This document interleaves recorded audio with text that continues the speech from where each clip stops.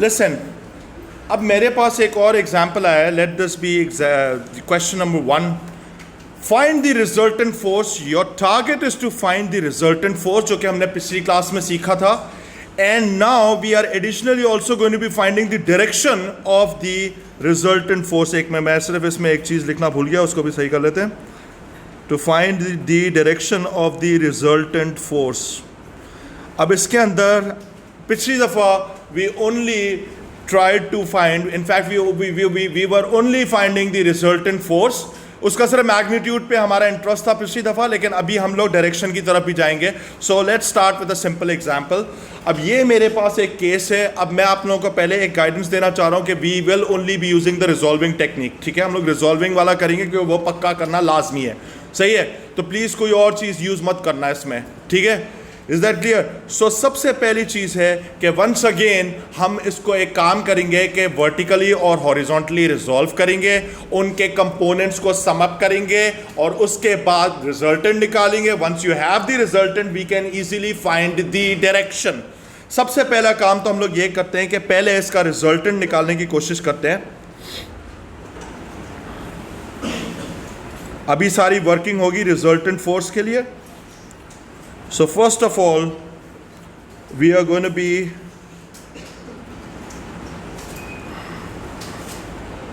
the total x component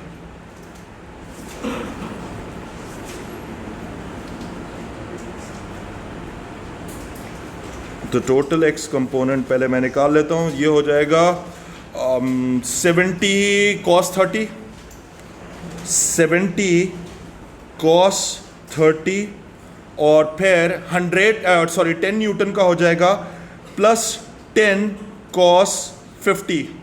is that correct?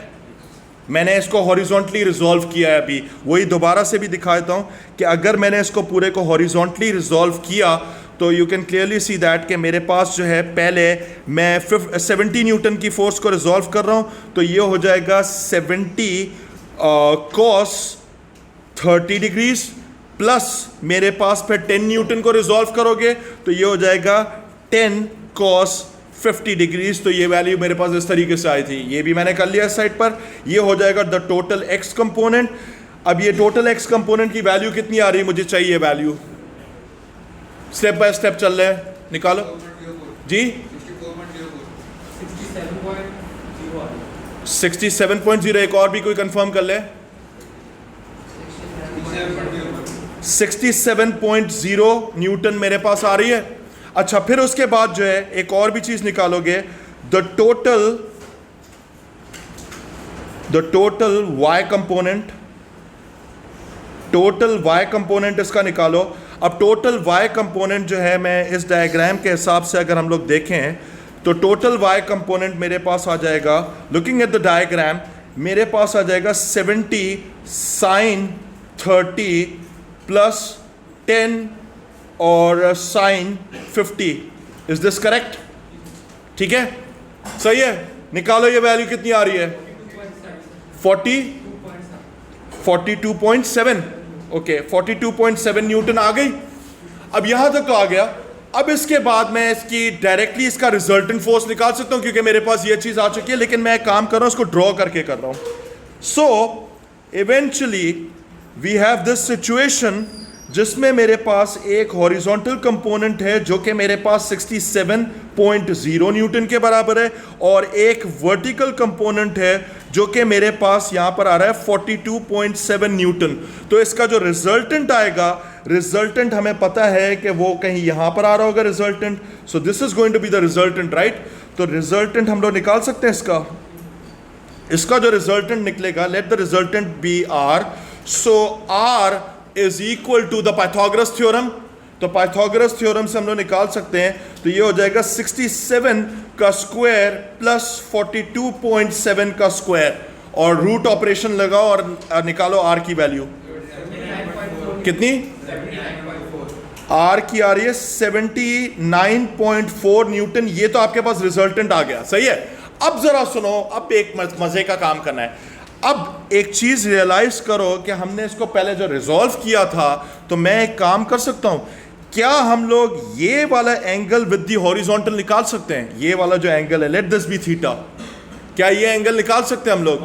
अब इसको हम लोग एक काम कर सकते हैं, इसको समझने के लिए मैं एक स्टेप ले रहा हूं कि मैं इसको हेड टू टेल भी कर सकता था, कि मैं इसको उठाकर इधर मूव कर दूं।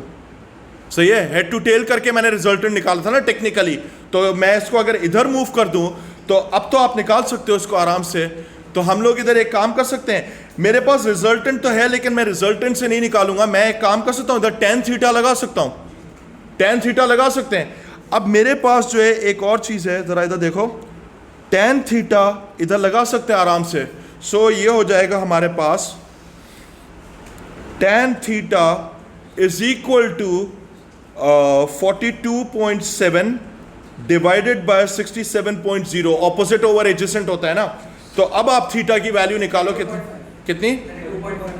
थीटा जब आप निकालोगे तो tan इनवर्स करके निकलेगा जी बेटे, ये आ रहा है 42.7 डिवाइडेड बाय 67.0 और इसकी वैल्यू कितनी आ रही है? 32.5 डिग्रीज। ठीक है, अब ये डिग्री का साइन भी बहुत इंपॉर्टेंट है। तो इसका मतलब ये हुआ, जरा सुनो, finally when you have the angle with you, ये जो एंगल आया ये किसके साथ था? हॉरिजॉन्टल के साथ था। तो आप इसको ये लिखोगे, फाइनल आंसर जो आपका होगा, फाइनल आंसर इसका होगा कि भाई the resultant force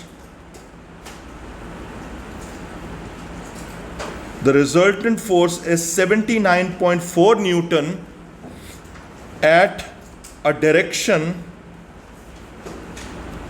of 32.5 degrees with the horizontal। आपको डायरेक्शन का एंगल भी मैंने बता दिया, आप चाहते तो वर्टिकल भी निकाल सकते थे। Please copy this. अभी टेंशन मत लेना क्योंकि मैं अभी एग्जांपल्स काफ़ी करा कर फिर हम लोग जाएंगे फिर हैवी क्वेश्चन के ऊपर। सही है, समझ गए बेटे? अब इसमें मेरी एक बात सुनो मेरे प्यारे बच्चे, एक सबसे बड़ा इश्यू ये है, जरा सुनो इधर देखो, biggest mistake that people tend to do is that के इधर जो है डायरेक्शन आप जो है मुझे इस तरीके से बता दो कि नॉर्थ ईस्ट हो रही है या समथिंग हो रही है। अरे मेरे प्यारे बच्चे, व्हाट इफ ये वर्टिकली चीज लटक रही होती तो तब भी क्या उसमें नॉर्थ ईस्ट वेस्ट आता? क्या समझ रहे हो ना? तो हम लोग मैजिकली नहीं लगा सकते अनलेस के मेरे पास मैप के ऊपर हो रहा होता, तब हम लोग नॉर्थ ईस्ट वेस्ट लगा सकते हैं। But this is something you have to be very careful. ठीक है, अगर मेरे पास सपोज करो एक माइक्रोफोन लटक रहा है, सही है, और उसमें मैं फिर क्या मतलब उसमें अगर मैं रिजल्टेंट फोर्सेस निकाल रहा हूं कि मेरे पास उसमें केबल्स लगी हुई हैं, तो क्या मैं उसमें नॉर्थ ईस्ट वेस्ट लगाऊंगा? कभी भी नहीं लगा सकते उसमें। So you will have to be very careful. North east west सिर्फ उसके लिए छोड़ दो कि अगर कोई मैप वैल्यू है या हम लोग ने कोई सामने रखकर हमने कोई चीज पे किया है तो। Is that clear? So please avoid using that. ठीक है, हम लोग एक सबसे बेस्ट तरीका ये होता है कि हम लोग थीटा एंगल कोट करते हो विद द हॉरिजॉन्टल या विद द वर्टिकल, समझ गए, या विद द एक्स एक्सिस और विद द वाई एक्सिस करके। Is this clear? ठीक है, ये हो चुका। अब हम लोग एक और क्वेश्चन मैं आपको दे रहा हूं, आप खुद करोगे ये वाला, अभी एसेंशियल प्रैक्टिस कर लो। अच्छा, before I even move forward, मुझे एक चीज आप लोगों से डिस्कस, एक और क्वेश्चन आप लोगों की खिदमत में हाजिर है। अभी भी मैं सिंपल ही केस रख रहा हूं। लेट द क्वेश्चन बी, इसके अंदर भी मैं इसको सिंपल रख रहा हूं। लेट सपोज मेरे पास एक फोर्स ये लगा लेते हैं और एक एडिशनल फोर्स ये लगा लेते हैं। सही है, इसके अंदर भी मैं आपको एक एंगल दे देता हूं, लेकिन इसमें मैं थोड़ा सा कंफ्यूजन क्रिएट करूंगा आपके लिए। Let this be 20 degrees, let this be 20 degrees. बेटे लेट नहीं आओ मेरे प्यारे बच्चे, बहुत बार बोला है आपको। लेट दिस बी 10, इसको मैं कर लेता हूँ 10 मीटर पर सेकेंड, ये वेलोसिटी मैंने कोट की हुई है। ठीक है, और एक और वैल्यू लगा लेते हैं कि let this angle be 30 degrees, और यहाँ पे मैं लगा रहा हूँ, इधर लगा लेते हैं late this B, let's say, अभी डायग्राम स्केल ड्राइंग मैं नहीं कर रहा था, so let suppose this is 50 metre per second. सही है। Your target is to find resultant velocity and its direction.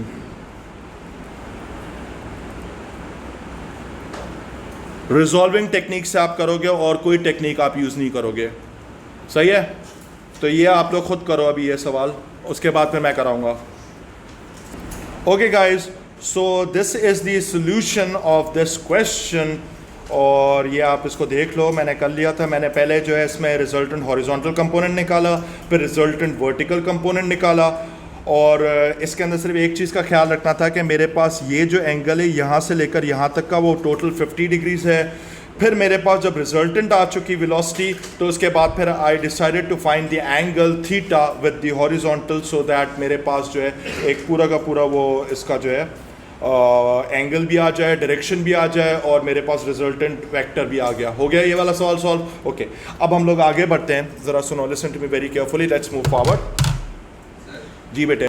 Okay guys, let's understand how much, let's see how much you understand vectors. अब मेरे पास एक सवाल आया हुआ है, इधर ज़रा देखो।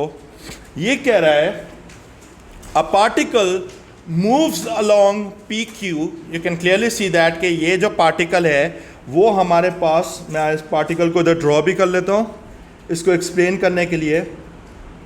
इसको एक मिनट में लॉक कर रहा हूँ, दोबारा इधर देखो। This is a particle moves along PQ, QR and RP as shown in the figure with a uniform velocity 2 meter per second and with a uniform velocity 2 meter per second along PQ, यानी यहाँ से लेकर PQ तक जो मेरे पास इसकी uniform velocity चल रही है, यानी कांस्टेंट वेलोसिटी चल रही है, वो 2 मीटर पर सेकंड चल रही है।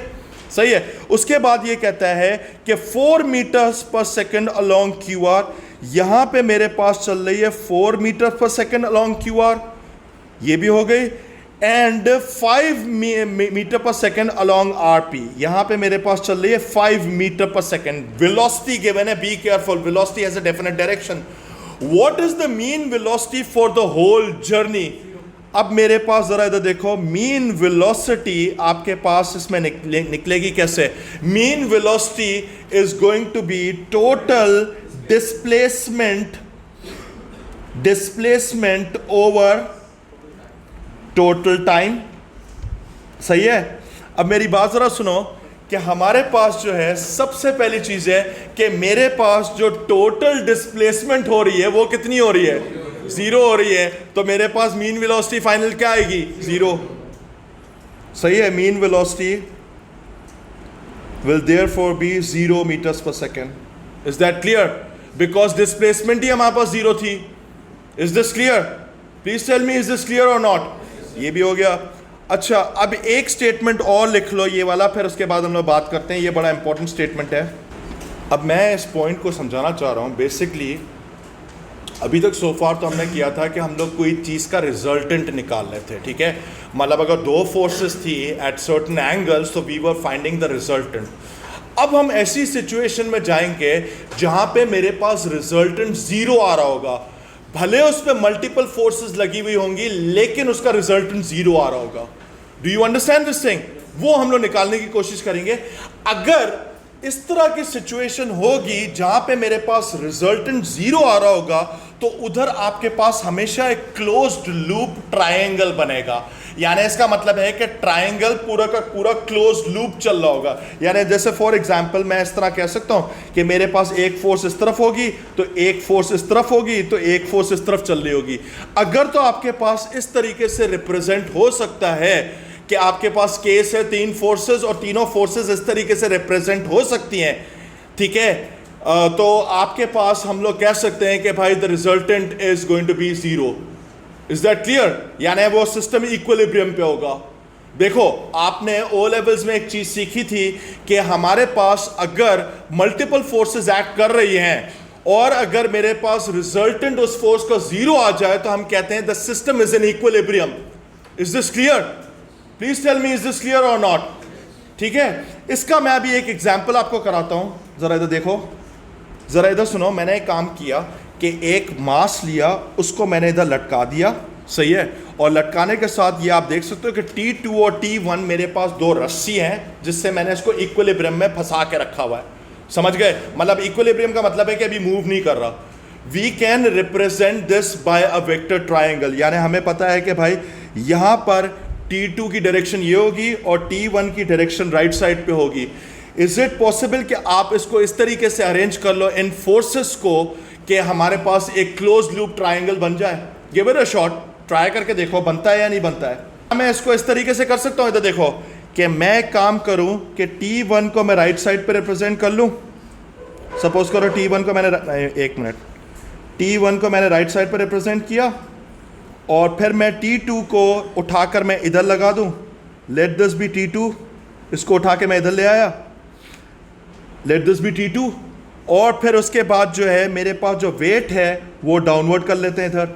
अभी भी ज़रा देखो कि मेरे पास डायरेक्शन सारी मेंटेन्ड है या नहीं है, ठीक है, but you can clearly see that this is a close loop triangle, क्योंकि मेरे पास इनकी जो डायरेक्शंस हैं आप देख सकते हो कि सारा का सारा इसके अंदर अगर जो मूवमेंट हो रही है वो किस तरीके से हो रही है, मेरे पास यहाँ पे एंटी क्लॉकवाइज हो रही है।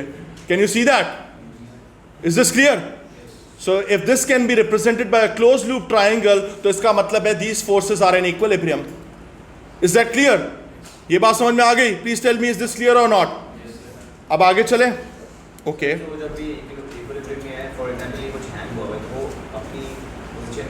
जी भाई, मतलब हमारे पास जाहिर सी बात है सवाल में लिखा होगा कि इट इज केप्ट स्टेशनरी या मूविंग एट कांस्टेंट वेलोसिटी।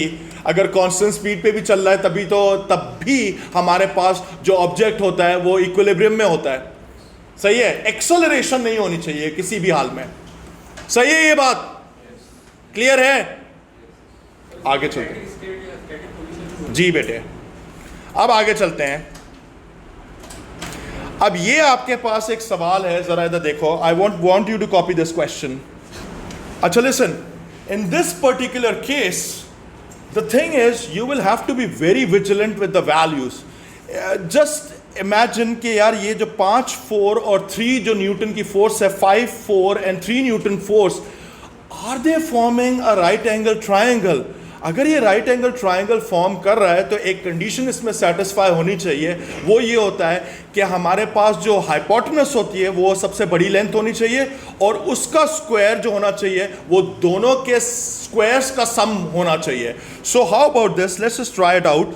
क्या हम लोग इसको ऐसे लिख सकते हैं 5 square is equal to 4 square plus 3 square? आप जरा इसको वेरीफाई करो कि 5 स्क्वायर जो है वो हमारे पास 25 के बराबर बनना है, सिमिलरली 4 स्क्वायर जो है 16 के बराबर बनना है, 3 स्क्वायर जो है 9 के बराबर बनना है। You can clearly see that कि यार ये कंडीशन हमारे पास स्ट्रेट अवे सेटिस्फाई हो रही है। इसका मतलब है कि जो 5 न्यूटन फोर्स है इज द हाइपोटेनस, राइट?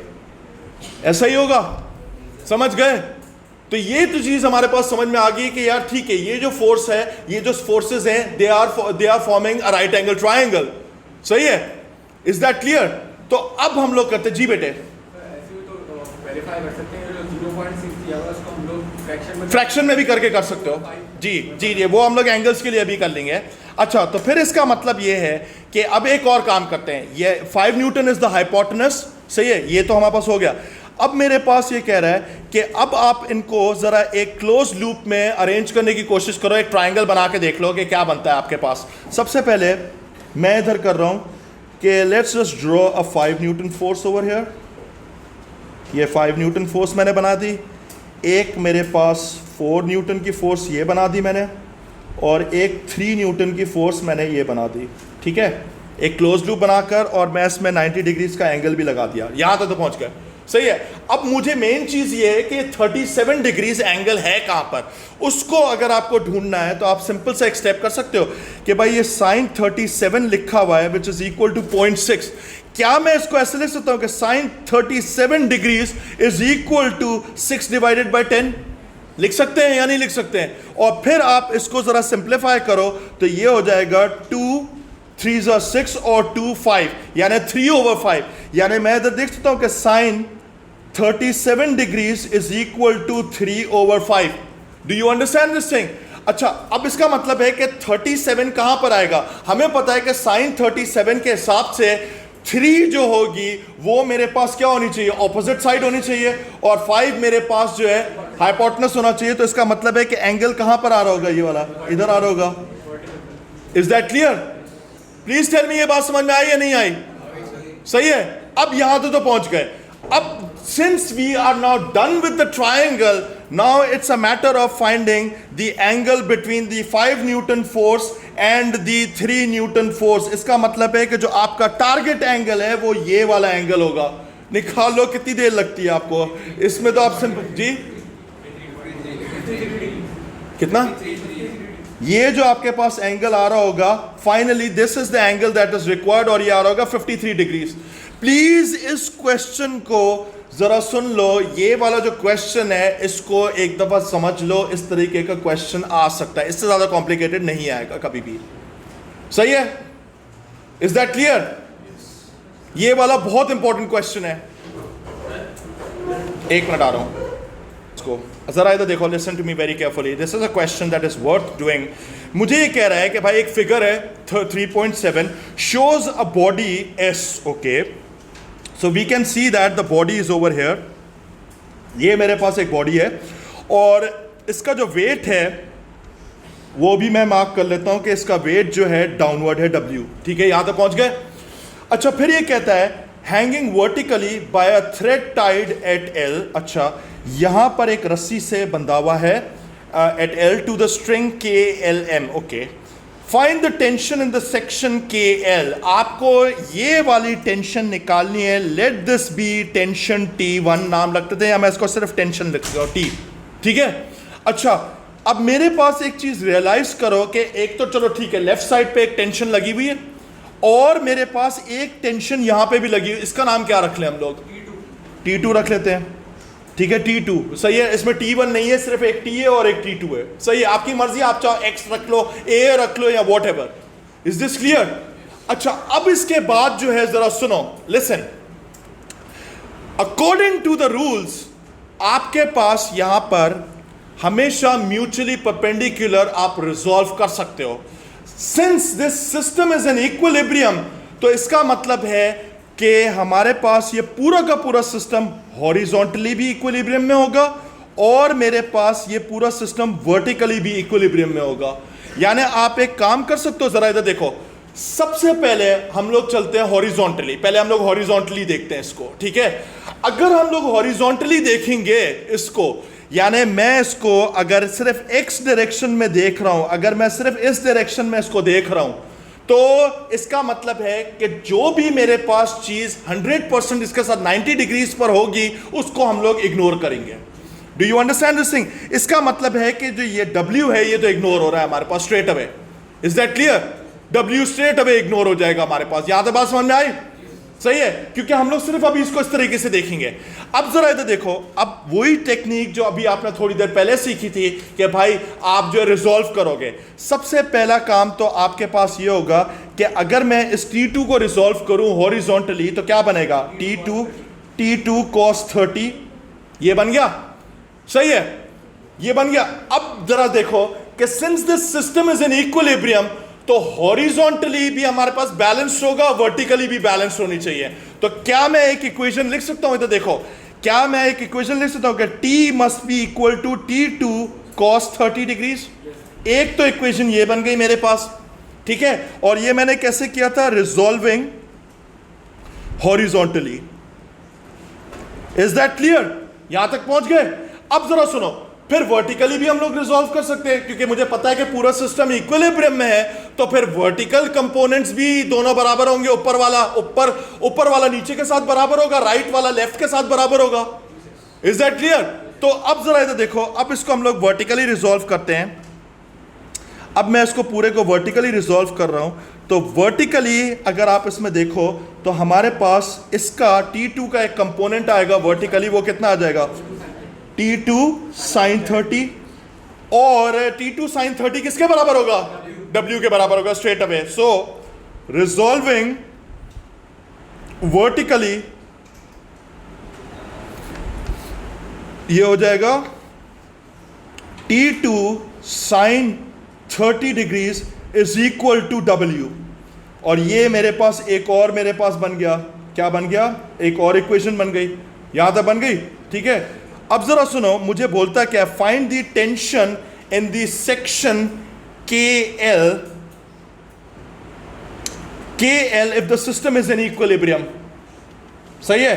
तो मेरे पास जो है ये वाली जो इक्वेशंस बनी है, अब आप इसको देख सकते हो कि इसको हम लोग क्या कर सकते हैं इधर. अब जरा इधर देखो, सब्स्टिट्यूशन इधर कर लो. ठीक है. इधर देखो, listen to me very carefully. मेरे पास एक इक्वेशन यहां पे ये लिखी हुई है T is equal to T2 cos 30 degrees, और एक मेरे पास लिखी हुई है T2 sin 30 degrees is equal to W. अब मैं एक काम करता हूं कि इस T2 को सब्जेक्ट बना दूं इधर. इस T2 को अगर सब्जेक्ट बनाएंगे तो T2 is equal to W over sin 30 हो जाएगा. हो गया. अब आप इस T2 को उठाओ और इस T2 को उठाकर इसकी जगह पे डाल दो ताकि आपके वेट के फॉर्म में ये लिखा हुआ आ जाए. सो फाइनली मैं दोबारा समझा देता हूं, पहले एक दफा मैं कर लेने दो. ये हो जाएगा T इज इक्वल टू, ये हो जाएगा W over sin 30 multiplied by cos 30 degrees. ठीक है. यहां तक पहुंच गए? सही है. ये आपके पास बन गया. और उसके बाद एक और चीज रियलाइज करो, मैथमेटिकली ये भी एक बड़ा इंपॉर्टेंट रूल होता है कि साइन 30 डिग्रीज ओवर कॉस, बल्कि मैं इसको इस तरीके से लिख रहा हूं, sine theta over cos theta is equal to tan theta के बराबर होता है. Is that clear? लेकिन यहां पे कॉस ओवर साइन लिखा हुआ है, तो क्या मैं इसको लिख सकता हूं T is equal to W over tan 30 लिख सकते हैं इसको? नहीं सर, cot 30. cot 30 तो फिर डायरेक्ट लिखा हुआ आएगा. डिवाइड करके 10. सही है ना? समझ गए? फिर से समझा रहा हूं, जरा इधर देखो, लिसन, दोबारा सुन लो. इस पूरे सवाल को मैं एक दफा फिर से समझा रहा हूं. ठीक है. Step by step. सबसे पहले बेटे, किसने मुझसे पूछा था सवाल? जी बेटे, मेरी बात जरा इधर सुनो, लिसन. दोबारा से मैं समझा रहा हूं इधर. एक मिनट, इसको ऊपर ले आते हैं. देखो, हमेशा रखो कि इक्विलिब्रियम में कोई भी सिस्टम होगा तो इसका कहने का मतलब होगा कि राइट वाले जितने भी कंपोनेंट्स होंगे वो सारे लेफ्ट के बराबर होंगे, और जितने ऊपर वाले कंपोनेंट होंगे नीचे के बराबर होंगे. ये तो आपको दिमाग में रखना है. Because since the system is in equilibrium, so it means that the resultant force in any direction must be zero. एक स्टेटमेंट लिखो, स्टार लगाओ, स्टेटमेंट लिखो, एक स्टार लगा के स्टेटमेंट लिखो. If the system is in equilibrium, if the system is in equilibrium, if the system is in equilibrium,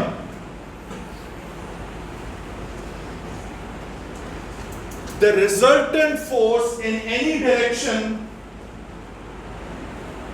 the resultant force in any direction, the resultant force in any direction, the resultant force in any direction must be zero. ठीक है? ठीक है. अब एक चीज लिख लो कि लिखना भी चाहिए, या इसको सिर्फ समझ लो जरा. दोनों मतलब अगर हम लोग इसको हॉरिजॉन्टली रिजॉल्व करें तो जितने मेरे पास राइट वाले कंपोनेंट होंगे वो ही लेफ्ट वाले भी होने चाहिए. यानी इसका कहने का मतलब है जितना राइट वाला होगा उतना ही लेफ्ट वाला होगा. Do you understand this thing? Similarly ऊपर वाला नीचे के साथ बैलेंस होगा, राइट वाला लेफ्ट के साथ बैलेंस होगा, ऊपर वाला नीचे के साथ बैलेंस होगा. अगर यू स्लैंट में है तो ये वाला जो कंपोनेंट होगा वो इस वाले के साथ बैलेंस होगा अगर हमारे पास सिस्टम इक्विलिब्रियम है. Is that clear?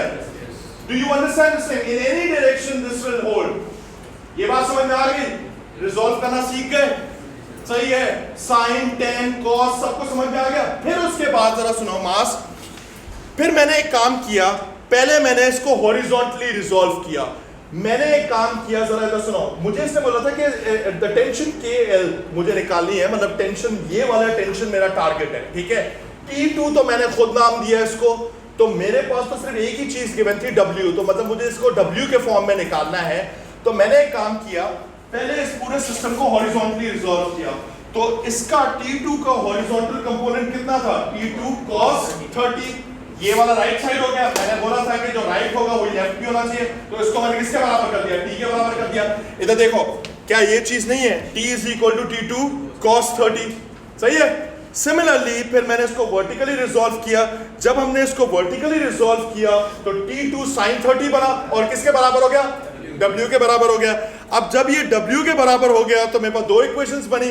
फिर मैंने रियलाइज किया कि यार इधर मेरी बात सुनो, कि इसने मुझे बोला था कि KL की डायरेक्शन में जो टेंशन है मुझे इसको निकालना है। तो मेरे पास तो पहली इक्वेशन में ये चीज आ रही है, T जो मेरा टारगेट था वो तो आ रहा है, सही है। लेकिन इसमें T2 एडिशनल लगा हुआ है। मैंने इससे भी जान छुड़ाने की कोशिश की कि भाई ये T2 शायद आंसर में रिक्वायर्ड नहीं हो, तो मैंने एक काम किया कि इस T2 को उठाकर दूसरी इक्वेशन में सब्जेक्ट बना दिया और उसको W के फॉर्म में ले आया मैं। Is that clear? फिर मैथमेटिकली आपको एक चीज और याद रखनी है कि sin theta over cos theta is equal to tan theta के बराबर होता है, सही है। तो फिर मेरे पास फाइनल आंसर आ रहा था cos 30 ओवर sin 30, तो मैंने इसको जो है मैंने लिख दिया W ओवर tan 30 लिख दिया, सही है। मैंने उल्टा करके किया। सॉरी सर, डिस्टर्ब कर रही हूं आपको। ये मोहम्मद मुर्तजा कोई अपनी क्लास में ये मिस्टेक आई कि फिर फिल करवा देंगे आप। मोहम्मद मुर्तजा कहाँ पर है जी, बेटा इसको फिल कर दो। ये मेजली लाइन है जी अच्छा, मैं कैसे नहीं नहीं आपके लिए सही, थैंक यू सो मच।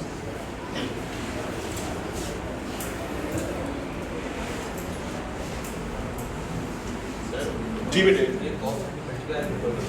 किसको बेटे मैंने कुछ भी नहीं किया था। इधर देखो, लिसन, T2 को इधर मैंने सब्जेक्ट बनाया था, तो ये किसके बराबर बना, W ओवर साइन थीटा। अब इस पूरे T2 को उठाकर मैंने फर्स्ट इक्वेशन में डाल दिया, तो ये cos 30 मल्टीप्लाई नहीं होगा तो क्या होगा, सही है, क्लियर है।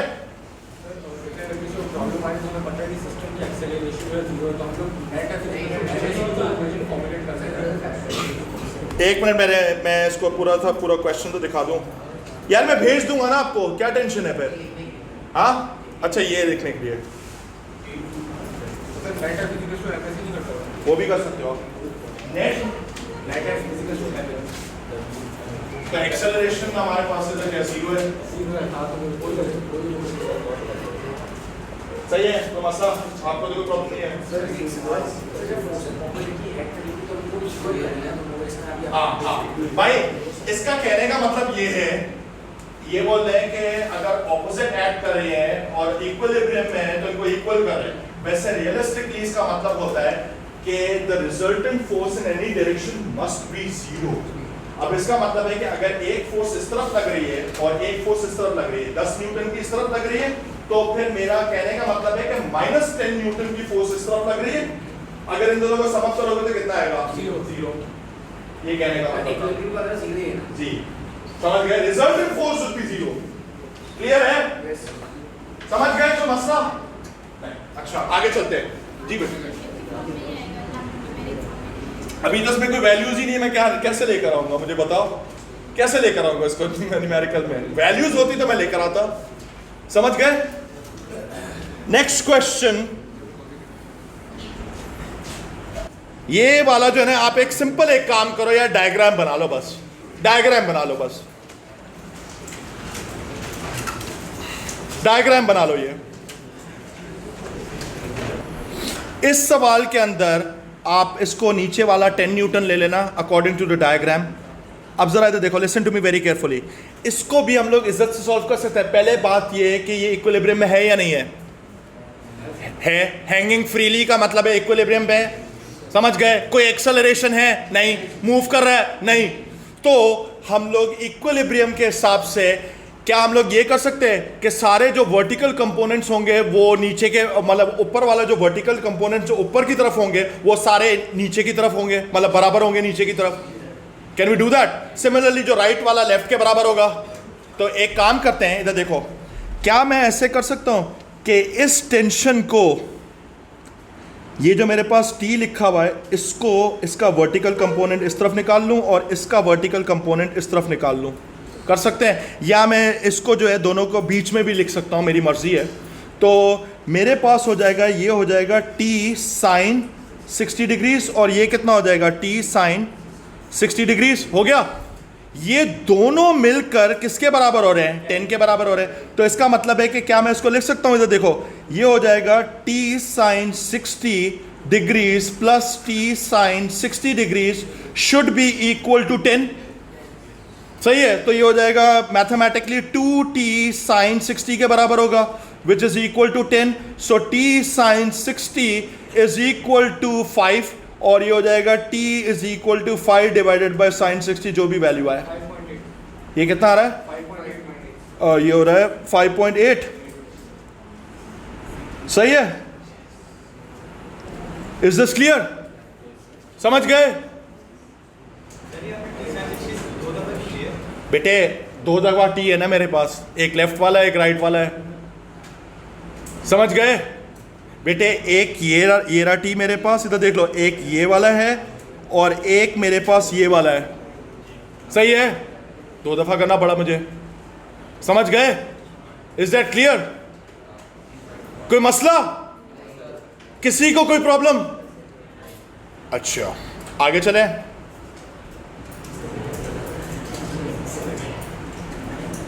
इसको छोड़ देते हैं, अभी ये वाले पे आते हैं। ये वाला सवाल है, now this is your ultimate test. जितना आपको आता है इसको कर डालो। ये वाला आप सिर्फ डायग्राम कॉपी करोगे, लेकिन ये एज इट इज डायग्राम है, आप इसको कॉपी करो।